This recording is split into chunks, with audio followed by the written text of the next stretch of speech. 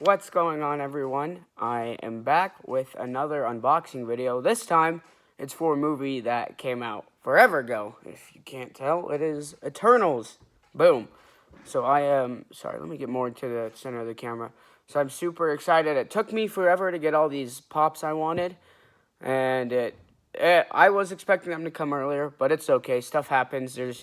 I don't control shipping and stuff. So it's all good. But I wanted to do an unboxing video and movie review. There are a lot of pops, so I will have a video up on my Instagram too, Marvel MCU Funko Pop Lover. But I'm going to do a longer one because there's so many for YouTube. So yeah, I guess with that. So first, I'm going to unbox the ones first where I only have one of them, where I only have one pop of the character. Then I'll do the ones like Cersei or Icarus where I have multiple.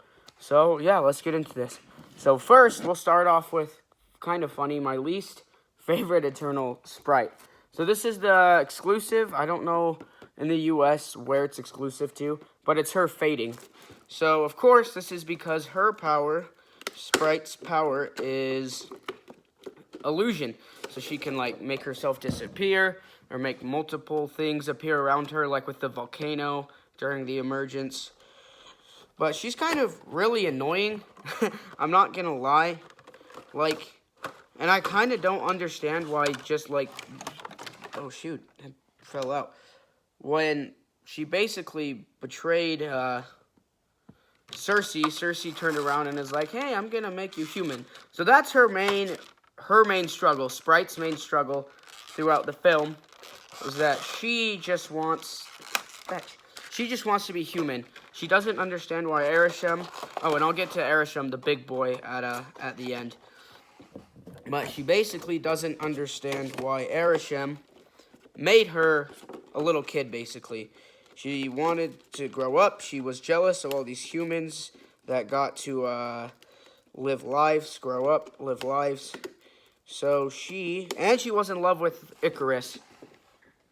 But because she was young, because of her age, weird, they're like 7,000 years old, but because of her age, she wasn't able to be with Icarus. So that's kind of why she betrayed everyone at the end, near the end of the movie, is because she loved Icarus and she wanted to go with him. But yeah, so this is her fading. You can obviously see like the more translucent, clear part at the bottom. But yeah, that's her using her illusion powers. That's a little bit of a tongue twister. Yeah, she uses it several times during the movie, like the first fight with a deviant. She uses it during the end. She uses it to make herself disappear quite a bit. So, yeah, that's Sprite. She was played very well, but she was really annoying. I didn't really like her that much, her character. The acting wasn't bad. I'm not criticizing the actor. I'm criticizing the character. The character was pretty annoying, but not too bad. Awesome. So let's now go into one, I think either my second or third favorite Eternal, Druig. Barry Keoghan played this character just so good. So good.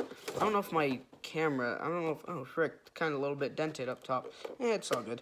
I don't really care. I just care about the pop.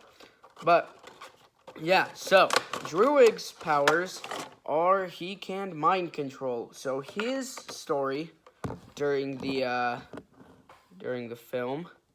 Oh, is that a little top heavy? Maybe a little bit. So, his story during the film is he goes there, and for thousands and thousands of years, he watches humans basically slaughter each other. He watches humanity kill and fight, and he's upset with this. I mean, that's very understandable, right? I don't think very few people like seeing war. We're obviously seeing in real life, parallel, we're seeing, you know, what's happening in Russia and Ukraine and all that stupid stuff, all those things. So he saw slaughter and humans kill each other, and he drew issue with it. He said, he was like, I could stop it all. One of my favorite scenes in the movie is when Ajax is like, we know you're upset. And then he's like, upset? Like, I've watched humans kill each other for 7,000 years when I could stop it all in a heartbeat. So he's like, it ends like, We're like the people down there. We are pawns to our leader. All we're doing is serving our leaders, and it ends. I'm ending all this chaos, all this killing, all this violence because I can, and because it's right. So he, of course, mind controls the people in Tenochtitlan, I think is how you pronounce it. I speak Spanish, but I don't know how to pronounce that. But so he goes, mind controls them. I don't know if they live forever, if he grants them that power when they go to his like secluded village in the Amazon. I don't know if those are the same people. I think they're still human, so I wouldn't believe so. But yeah, so after he mind controls the people at war, he goes, lives in the Amazon, away from everyone, in a peaceful village. But then, of course, because the deviants were unleashed by Icarus, they didn't know about it at the time, though, obviously. Excuse me. So, at that time, they go to Druig and they say, hey, we need your help. And they basically try to convince him to put Tiamat to sleep. Of course, he says he doesn't have that power and at first disagrees. But at the end of the day, he decides to go along with it. He decides, hey, this is the right thing, you know. I know this is good. I know this is right. So he goes with them and he helps them. But yeah, when he was like upset, like I've watched humans kill each other for 7,000 years. That's one of my favorite scenes in the entire movie. And that is also gonna do a shot post I'm gonna do is Druig with that. So yeah, that's Druig. Barry Keoghan played him fantastically. The Pop is cool. I love the black and red costume. It looks very good. The Eternals costumes, by the way, can I just say, were awesome. Like, I'll talk about this more in my movie review. That will be later, and I'll talk about it for a while. Already 7 minutes in. But yeah, so their costumes looked fantastic. That's all I can say. Their costumes looked so good. The people at Marvel Studios, whoever does that, need a raise. All right, so going on to probably my second least favorite Eternal, which might be an unpopular opinion, but that's okay, is Makari. So, the reason why she's my second favorite Eternal is because she doesn't really do anything. She's in flashback scenes, but she, doesn't really contribute. Oh, this is in, one of the, not the other kind of plastic protector. This is in this kind. Huh, interesting. But she just kind of doesn't... Oh, there's a stand for her. Nice. Fetch. Let me... Yeah, so she... Besides flashback scenes, she's just chilling in the domo until everyone else shows up. And, of course, so she's deaf, which is really cool. I really like that they got... Lauren Ridloff played her really well. And it's cool to finally see, deaf characters. I hate Hawkeye, but we got Maya Lopez and Hawkeye, too. But, yeah, so she is the speedster. She's a quick one. So I don't really know if she has, any, struggle or conflict during the film. I honestly don't. I guess boredom, if you wanted to really get technical. You could say boredom, because she was just chilling there for forever, waiting for the other Eternals to come back to say they can go home, even though we know that Olympia isn't real. But, yeah, so she is one of the main people that fights Icarus at the end. We know that in the final battle, Icarus wanted to continue with the emergence, but Makari... I really do with Makari, even though she didn't do that much, I felt like. I really like the scene where she's, punching Icarus a lot. She's, keeps just, laying into him and, doming him. And the relationship between these two was interesting. But, yeah, so she's just a speedster. She's more of a fighter. Besides flashback scenes, she didn't really do a lot until the end of the movie. That's why she's my second least favorite Eternal. But she was played very well. Her costume was cool, and she was deaf. That was really cool to see the other characters signing to her and doing that. That was just cool. That was cool. Really see a deaf actress in the MCU for the first time. All right. So next up we have Thena. So of course this is played by the very famous and very talented actress Angelina Jolie. So Thena's main struggle throughout the movie is that she has mad weary. So they had helped with other planets before, obviously. Erisham told them, like, hey, you had helped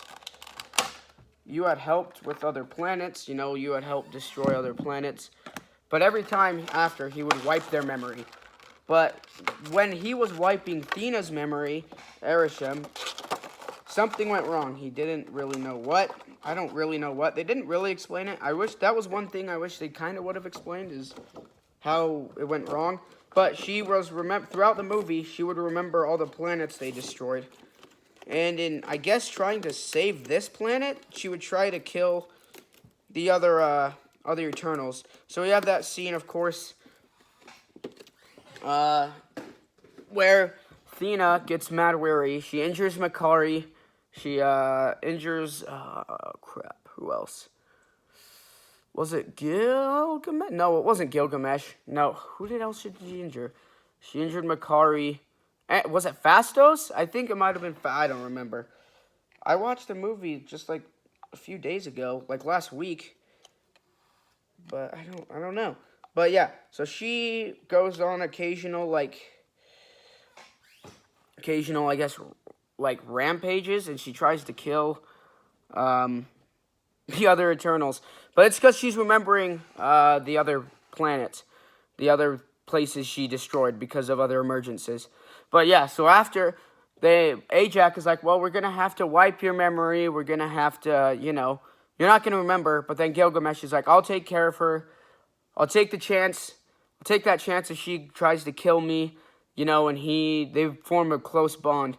I wouldn't say it's romantic. It's as close you can get. It's as close as you can get to romantic without being romantic. You know what I mean? That's kind of how I felt Gilgamesh and Thena's relationship was.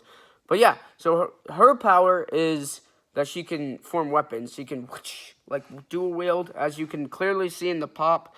You see the two weapons. This is the exclusive, by the way. I think it's Walmart exclusive. I don't know. I order my stuff from Aussie Collectibles, and that's an Australian company.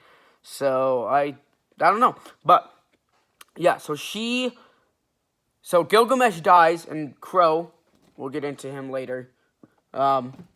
Crow takes Gilgamesh's voice, and near the end of the movie, when he shows up again, he's like, remember, that conflict between Crow and Thena. But Thena ends up remembering and slices Crow, and he dies. But yeah, Thena was played very well. I really liked this character. It was cool to see the progression from she was good, then she mad weary, and then she got better, and then it got worse. It was just a cool inner conflict we got to see with Thena. And she was really good in the action scenes. Plus, when she was, taunting Icarus, she's like, Icarus is like, play nice, you never had to fight me. And Thena's like, but I've always wanted to. And then, yeah, that was a great scene. But, yeah, so that's Thena. Really cool pop. I like the dual-wielding weapons. Looks very well. One thing about these pops I don't know is why some of them have golden eyes. I get some of them, but, Kingo's eyes never glowed yellow, neither did Makari's. I don't think Fastos' eyes ever glowed yellow. And Gilgamesh didn't. His fist just lit up. So, I don't know. That was kind of a weird detail, I guess. But, yeah. Anyway, next up, we have your boy, Dane Whitman, the Black Knight of the future, who I'm very excited to see. This Kit Harington is going to play him very well. So, this is Dane Whitman. Of course, if you know anything about the comics, struggling to get this out, you know who Dane Whitman is. He becomes Black Knight. So Dane is dating Cersei. I actually like the casual look. I'll just put him right there. Oh, no, never mind. We got a top-heavy one. Yay! Happens in almost every set. get a top-heavy pop, so I'll have to put him to the side. So he is Cersei's boyfriend, and he loves her, obviously. But of course, he's there when they discover the first deviant for the first time in several years. He's there when Icarus comes and helps Cersei and Sprite at the beginning. And the main focus of him is, of course, the post-credit scene. But we'll get to that in a little bit. But yeah, so he basically... Yeah, so he is in love with Cersei, discovers she's an Eternal, and then he asks that all-famous question, like, why didn't you guys help fight Thanos or anything else that was, awful, terrible, all that. So, then, of course, after everything goes down, of course, he's walking, and he's about to reveal to Cersei that his family bloodline is a little bit weird, but then Cersei gets yeeted by Arishem. Excuse me. So, he goes, and then we have the post-credit scene. So he opens, is it the Ebony Blade, I think it's called? It's somehow connected to vampires, I think. I don't remember. I need to do my research on it. But he opens that, and then he's about to grab it, because it has mysterious writing and ooh, spooky stuff. But then, of course, we hear the voice of your boy Blade. And he's like, are you sure you're ready for that, Mr. Whitman? And I'm just like, let's go! Mahershala Ali, if you've seen Luke Cage, you know how good he was as Cottonmouth. And if you've seen any of his other works, you know how good of an actor Mahershala Ali is. So to finally have him in the MCU, your boy Blade, oh, it's coming. So yeah, I was hyped. If Black Knight and Blade team up, Kit Harington and Mahershala Ali, that will be the freaking best. That would be so cool. But yeah, so he's going to become Black Knight. It's just casual Dane, which I really actually dig casual pops, because it shows that the characters are more than just superheroes. But yeah, that's Dane. That's your boy Dane Whitman. Super excited for the future of this character. I can't wait to see him as Black Knight. It's going to be awesome. Awesome post-credit scene. Alright, wow, we're already 17 minutes in, and I'm not even halfway through. Oh my gosh, there's a lot of pops. There's a lot of pops. Oh man, I'm running out of room on my shelf. It's a little bit worrisome. It's all good though. So, next up, we have Phastos. So, of course, Phastos he's an Eternal, obviously. God, if I can get this open. But his powers, he's super inventive. He's super smart. There you go, finally. Jeez. He's super smart, he's super inventive. But he basically helps humans create, the plow and other genius technologies. But then, where his character kind of takes a turn, the turning point for Phastos, there's kind of two. So the first one for Phastos is when he helped invent the atomic bomb that the U.S. dropped on Japan in World War II. So of course that happens, and they have that scene where Ajax comes and he's like, they're not worth saving. They're not worth, humans aren't worth it, So that's a turning point where he kind of loses his faith in humanity. So, but then, we know at some point between then and when Eternals takes place, he met his husband. And they adopted a kid. I think his name's Jack. But yeah, so he does that. He uses his powers to fortify his house. That was funny when Icarus is like, oh, you don't use your powers anymore, huh? And Phastos was like, oh my gosh, another top-heavy dude. Fetch. What the heck? So, yeah, but he's like, you don't use your powers anymore? Shoots the door. Doesn't break, and then he's like, I'm sure you've built a perfect safe house. So this is vibranium. Full collection, IKEA. That was a funny moment. But yeah, so he goes, and he's the main inventor behind the Unimind, where all the Eternals combine their cosmic power and combine it all into one entity, I guess you can say. But yeah, he uses it, completes it using the little thing in Cersei's chest that allows her to communicate with Arishem. I just played Halo Infinite, so if I say Escharum, I'm sorry. I just beat the first boss in Halo Infinite on Legendary like 15 minutes ago, literally. So if I say Escharum instead of Arishem, I'm sorry. I just literally was playing Halo Infinite like 20 minutes ago. But yeah, so he uses the thing that Cersei uses to communicate with Arishem, and he uses it to create the Unimind. He also traps Icarus. That was really cool when he's like, "You're not getting away," and like seals him down, and then Icarus is like, "Let me go, Fastos." Forgive my Scottish accent. It's not good. But yeah, so he is the main inventive guy behind the Eternals. This is the exclusive. I think it's him when he shoots the thing at Icarus. I think that's what this pop is supposed to be. I don't really know. But yeah, that's Fastos. He's played really well by Brian Tyree Henry. Sorry. Brian Tyree Henry. He also voices Miles' dad, Jefferson Davidson, into the Spider-Verse, if you didn't know that. So yeah, it was a fun fact for the day. But yeah, so that's Fastos.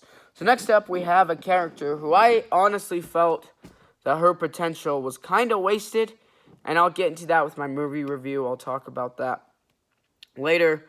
But it's the leader of the Eternals, Ajax. So Ajax, so of course I don't know if she got to remember her memories, because she said that she had, like, helped with other planets, but she, oh my gosh, scary. But yeah, so she was the leader of the Eternals. She knew Arishem's plan about the emergence. She knew why they were on Earth, which was to help the population grow. So, she tells Icarus, which leads to Icarus's betrayal and all that jazz after Babylon. But yeah, so she is the leader of the Eternals. Her main power is healing, so she can heal wounds and self-heal. She can heal herself. That's why when the Deviant at the beginning could heal itself, because he took Ajax's powers. Her costume, by the way, is really cool.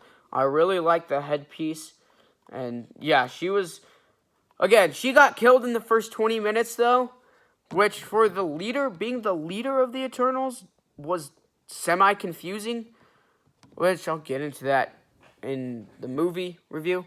But yeah, so she was the leader of the Eternals, and then after she saw Hulk, the humans, bring humans back after the blip, she decided that, hey, this planet's worth saving. But Icarus, of course, he unleashed the Deviants on her. She got killed, and then he framed the Deviants for killing her, which led to the Eternals being occupied with the Emergence. With the Deviants, not the Emergence, sorry. But yeah, so she's the leader of the Eternals. Salma Hayek played her really well. I really liked her character in the flashback scenes, but yeah, I'll get into that in my movie review. Alright, so those are my ones, just where I have one pop. So I'm already 23 minutes in, almost 24, and I still have like 10, 1, 2, 3, 6, 7, 8, 9, 10, 11, 12. I have 12 more pops to go. So yeah, it's going to be a little while. But we'll get into the ones with 2. First off, let's just kind of get this one out of the way. I don't really care about these 2, so we're going to do Crow and the Deviant. Okay, so Crow, of course, was a Deviant. At some point, he grew powerful enough. They didn't really explain this, but he grew powerful enough to start absorbing the powers of other Eternals, of the Eternals. So at some point, he took Ajax's power. He took Gilgamesh's power, because he killed Gilgamesh. But that's when he became human and could start talking. But yeah, he hates the Eternals for what they did to the Deviants. For killing them, for slaughtering them. Gosh dang it. and so he wants revenge. He wasn't really in the movie all that much, which with the marketing of the movie, like the trailers and all that jazz, was kind of surprising, to say the least. But, yeah. So he comes, and he fights Thena, and he tries, using Gilgamesh as a voice, because he took his power, and his voice, too. It's a cool-looking pop, by the way.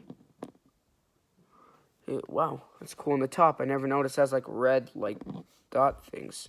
Huh, nice.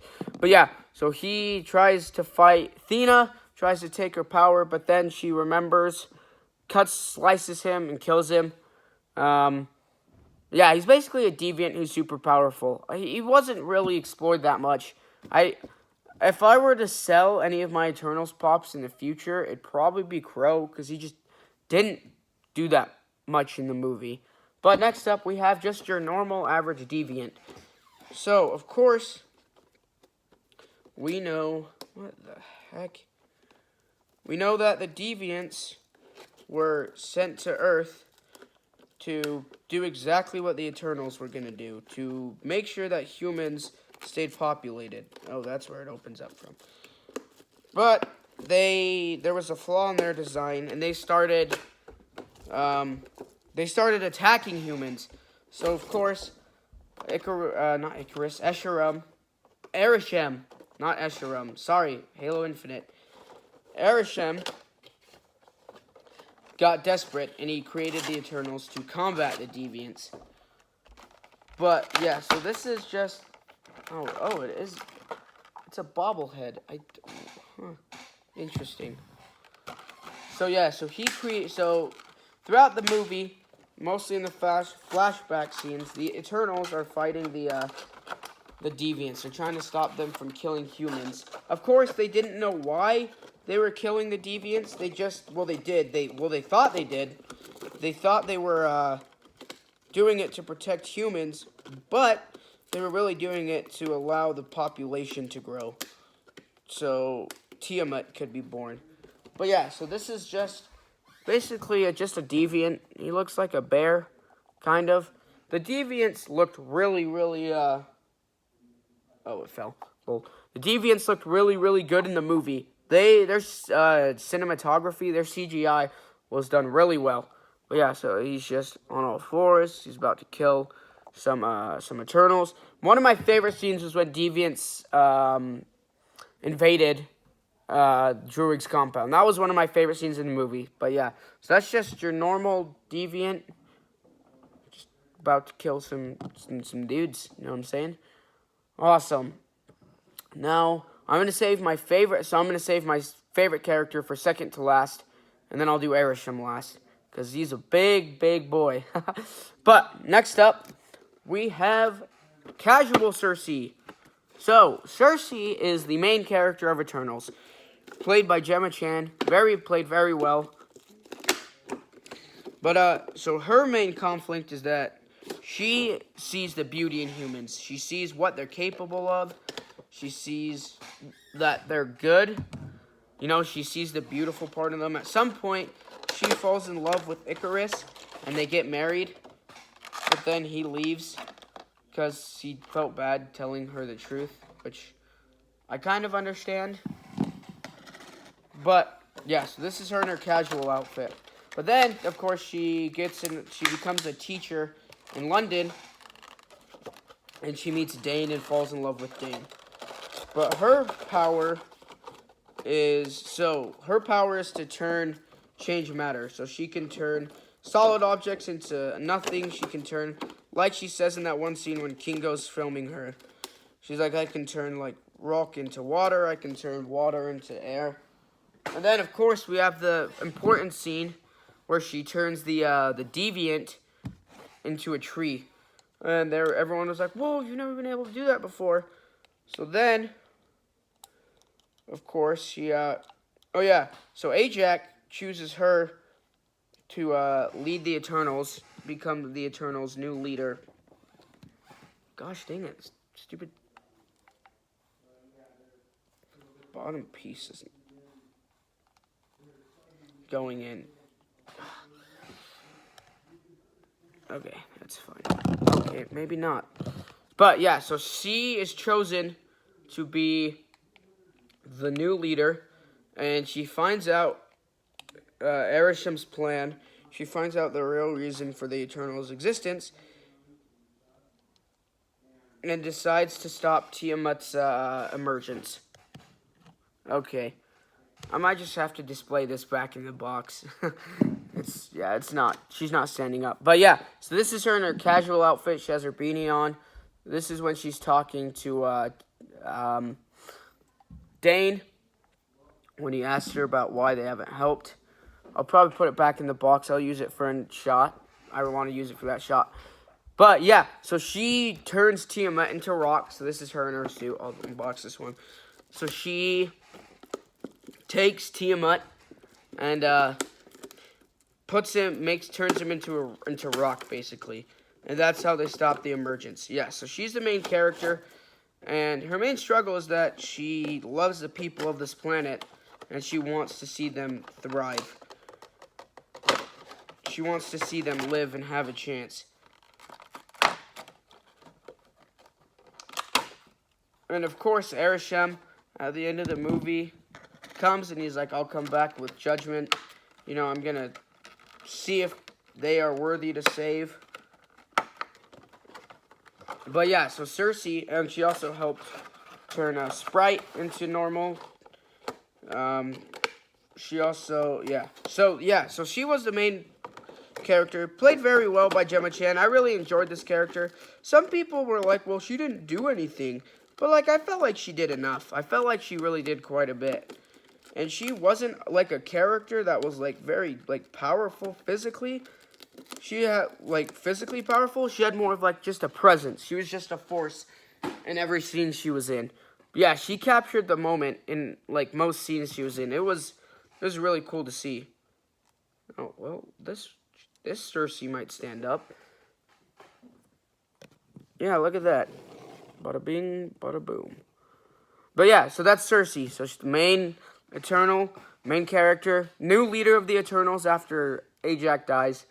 But, yep. So now we will get into your boy Gilgamesh and one of my favorite looking pops, the glow-in-the-dark chase.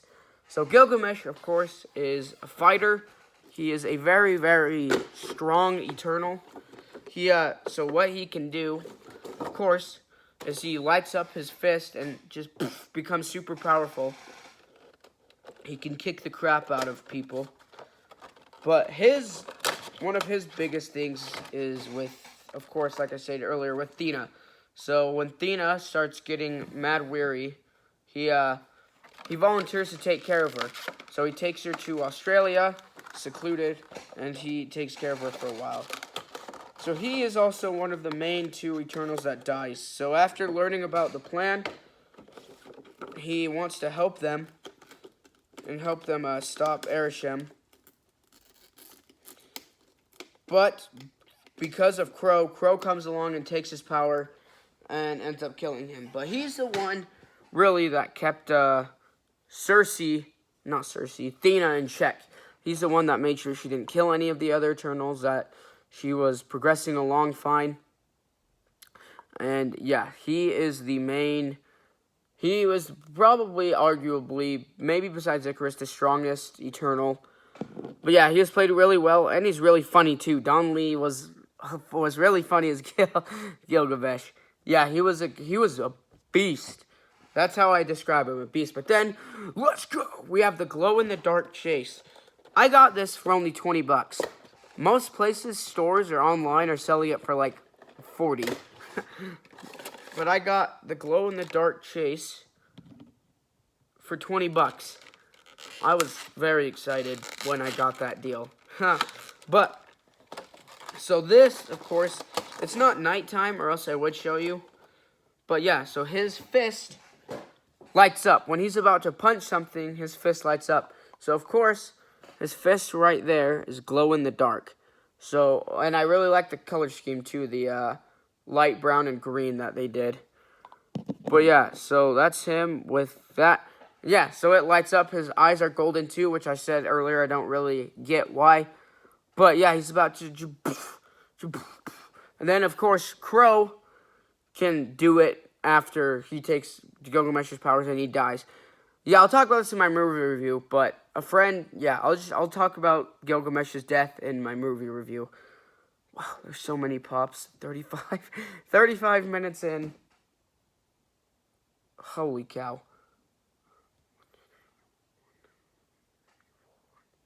Okay, sorry, just doing something. Next up, we'll do probably the funniest Eternal, Kingo. So, Kingo is his power is he can shoot. Kind of lame, I'm not gonna lie. His power is kind of stupid. He can shoot finger guns and like generic blasts. It wasn't really all that. Jeez, goodness gracious, dude, these pop protectors. So he can do that. But yeah, he's so funny. So after everything goes down, after they get rid of all the deviants, he goes to India and becomes a Bollywood star. He spans several... Oh my gosh. He's top heavy.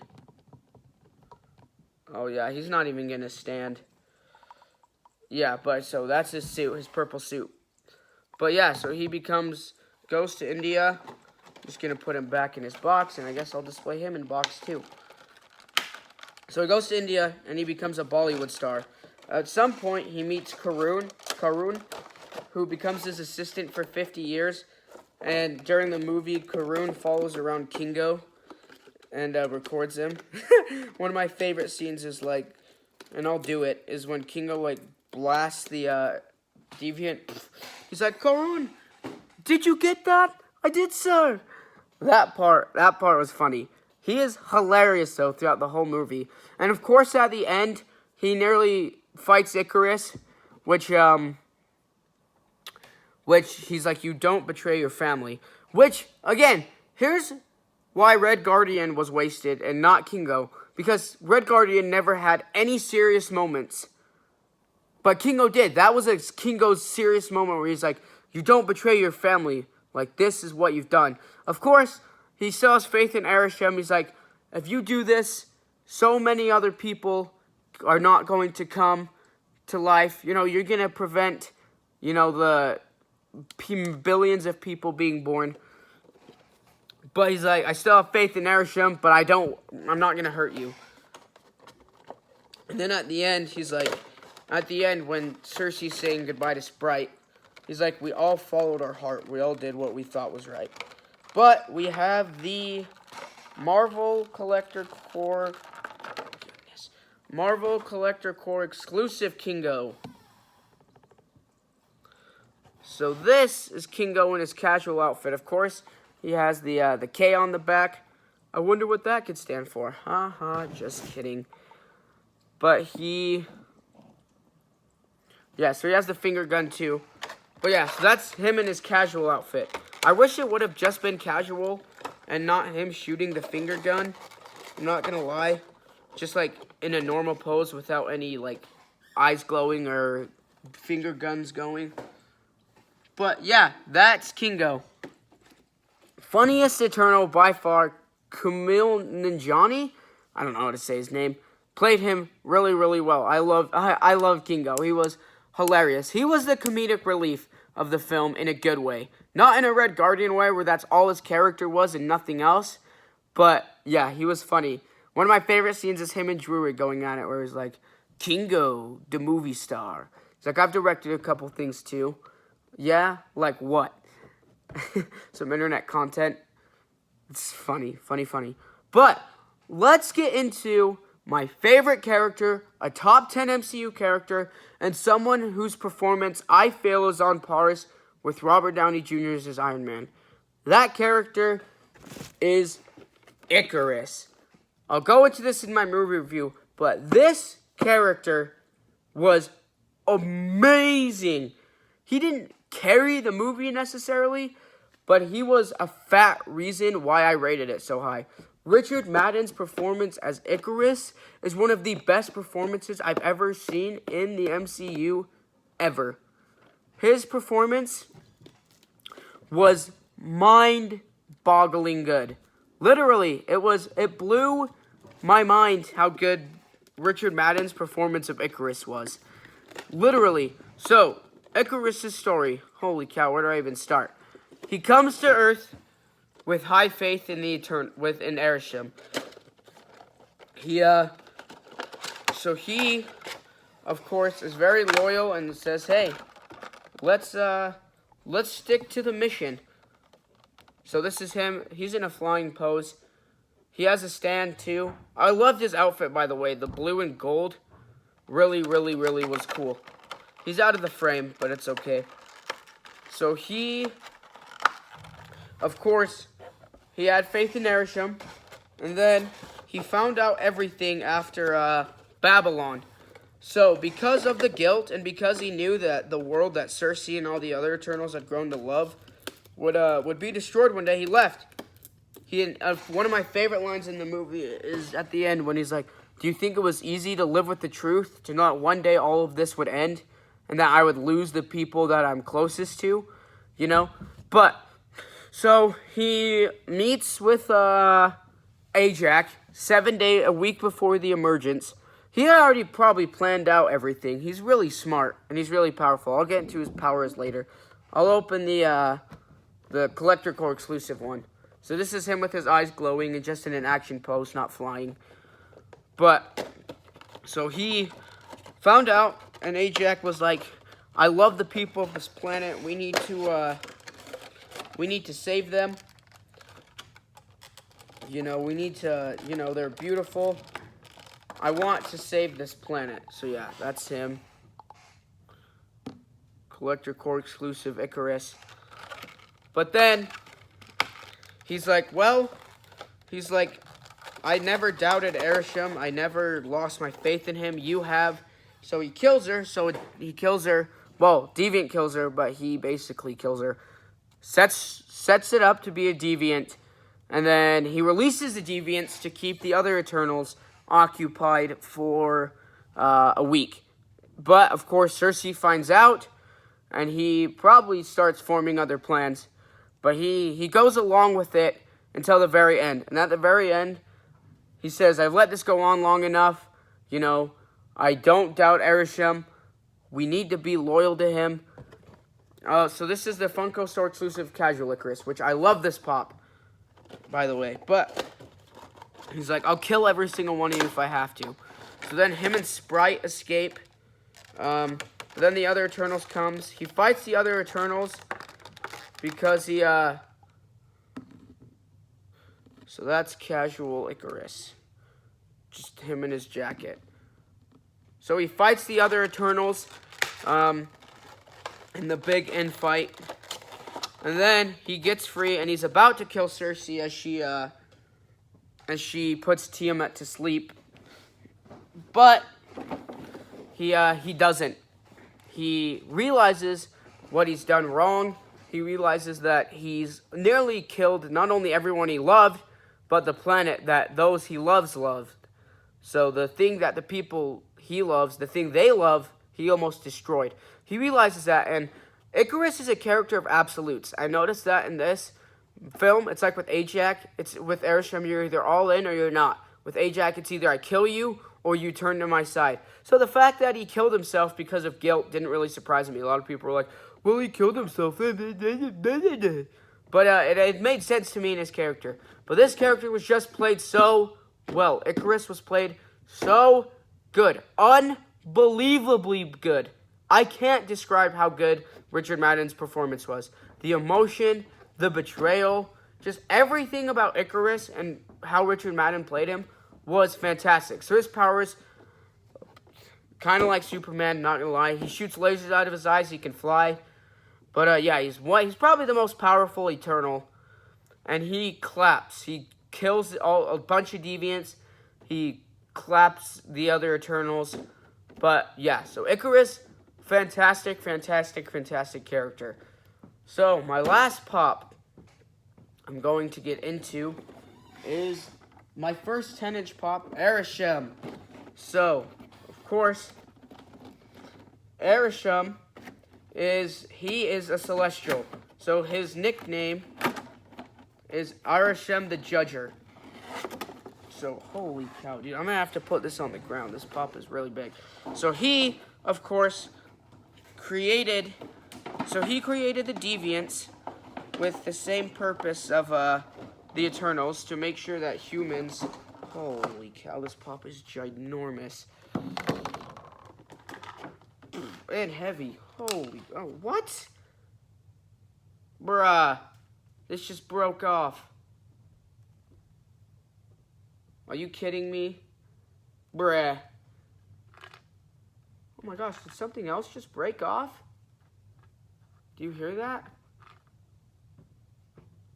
What the heck? Okay.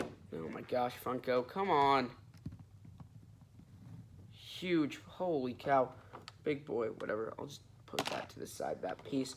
But, so he, of course, is a celestial. He created the Deviants so Earth was chosen to give birth to Tiamat. So, of course, he sends the Deviants to Earth to make sure that humans repopulated and that the energy became enough that Tiamat could be born. But there was a flaw in their design, and they started killing humans. So Arishem was like, oh crap, that's not good. Alright, so he created the Eternals. To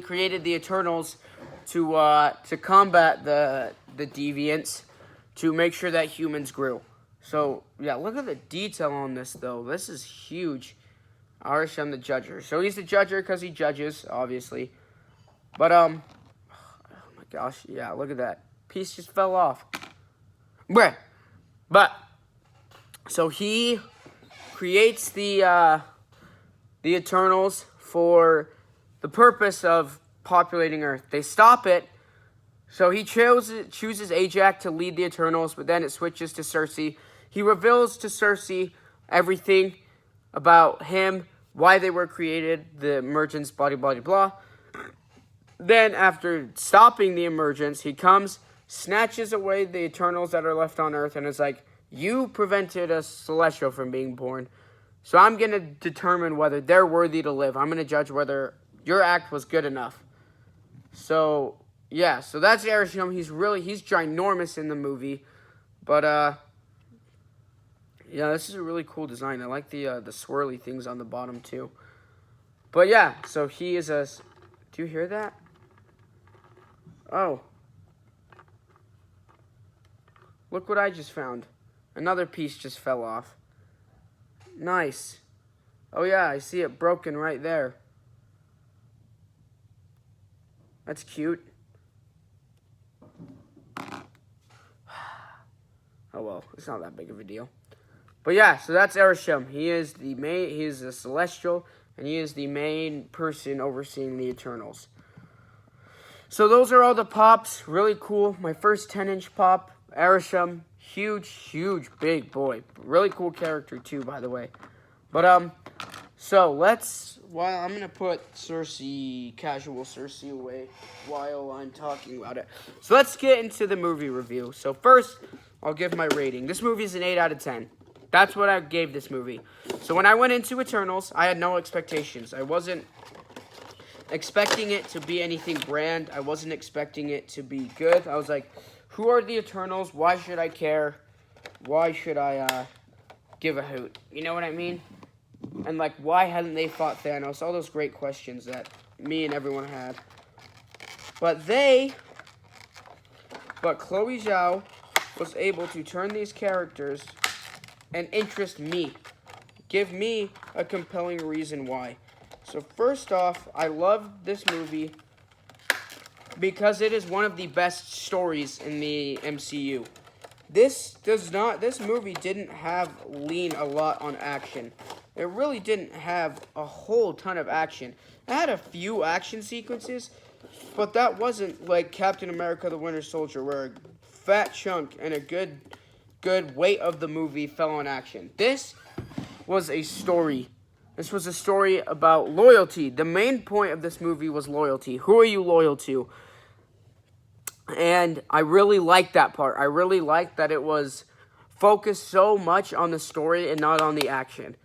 I also I love this movie because every character got a moment in the spotlight. Everyone was like, well, the people who say this is a bad movie is like, well, they introduced too many characters. Well, every character got a moment in the spotlight. Every character had a chance to be in the spotlight and to shine. Every character. I don't want to go through and name them all because it's already a 50-minute video. But, yeah, every character had their chance to shine and to be great. So, first, okay, now let's talk about the things I didn't like. So, number one, one big problem I had was the advertising was a little weird, the marketing. Like, they hit Crow a lot, and he wasn't in it that much, and, like, just some of the ways they made things sound didn't really add up to what was in the film. So the marketing was kind of, yeah. Also, one big problem, probably my biggest one, was killing Ajax in the first, 20 minutes. Like, sure, I get, that made an impact, and that played a part in the rest of the film. But, killing the leader of the Eternals in the first 20 minutes was kind of a weird decision. I don't know, I felt like she should have been alive, and maybe she should have been killed sometime else, maybe in front of them, all the other Eternals by Icarus or something, but, seeing Ajax dead in, the first 20 minutes kind of confused me. I was kind of just, kind of was weird seeing someone dead in the first 20 minutes, and we didn't even know who they were. We got to know her through flashback scenes, which is kind of weird. But, anyway, besides the point. So, sorry. Another problem I had was Crow. He was in the trailers, but he did nothing. He was hardly in the movie. He shows up at the end just to kind of further action a little bit and to give Thena just a little bit more to do at the end, I guess. But yeah, he didn't really do anything. I thought he was going to be the main villain, but he wasn't. It was kind of Arishem Icarus. There wasn't really a main villain of the movie, really. But, yeah, Crow just really didn't do anything. Yeah, that's it. That's really all. Let's see, did I have any other problems with the film besides that? Besides those few things? No, maybe Makari not being in it during the present, not incorporating her until the end, maybe, but that's really it. Alright. Oh yeah, okay, so I'll be brutally honest with, about Eternals. If Richard Madden doesn't play Icarus as well as he did, this movie's probably a 7 or 6 in it. Probably a 7, or even a 6.8 for me. He didn't carry the film, but he boosted it up enough to where I gave it an 8 because of how good Richard Madden's performance was. He was so unbelievably good that I was blown away at how good Richard Madden played Icarus. But yeah, But this film was just so focused on storytelling, and it just slowed down, and it brought just such this new vibe. And, just seeing the humanity in these characters, even though they aren't human, and, just the small moments. This movie didn't have anything, it did, but didn't have a ton of grand stuff. It was just the little moments between these characters. Like Gilgamesh and Thena saying, I'd protect you again on any planet. Every time when Cersei and Icarus would talk, those small moments. I'm trying to think. My beautiful, beautiful Makari. The forehead touch between Druig and Makari. Just these small, little moments, Ajax comforting Phastos. Just these small moments that made this movie so good. And it made this film, I just love that. But, so, this is an 8 out of 10. I loved Eternals. It was so good. Was this a top 10 MCU movie? No. This was not a top 10 MCU film. It had its flaws. There were some things that didn't really add up, didn't make sense. But is this a top 10 MCU story? Top 10 MCU plot? Yes. Is it arguably a top 5? Yes. This is arguably a top 5 story. I loved the storytelling. I loved all the moments the characters got. I loved how everyone interacted with each other. How Icarus's betrayal was awesome. Even Dane Whitman in the post-credit scene got his moment in the spotlight. Just seeing all these characters come together and just the chemistry between them was so good, so good. So overall, Eternals gets way too much hate. I don't understand. So I'm kind of like, I feel the same way with the general public with Eternals that I feel the same way with the general public with Hawkeye. Because with Eternals, I'm like, why is this movie hated so much? It was so good. Did everyone else see a different Eternals than I did? Same with Hawkeye. I'm like, why was Hawkeye loved so much? Did everyone see, like, a better Hawkeye than I did? Like, was there a different version released for the public? But, yeah, Eternals gets way too much hate. It was such a good film. It was so slowed down and focused on storytelling, and that's what made this film so good. So, overall, 8 out of 10. Awesome pops, by the way. I love my favorite pop, if I probably had to choose, would either be, I loved Icarus, the Collector Core, where he's shiny and, like, ready to kick butt.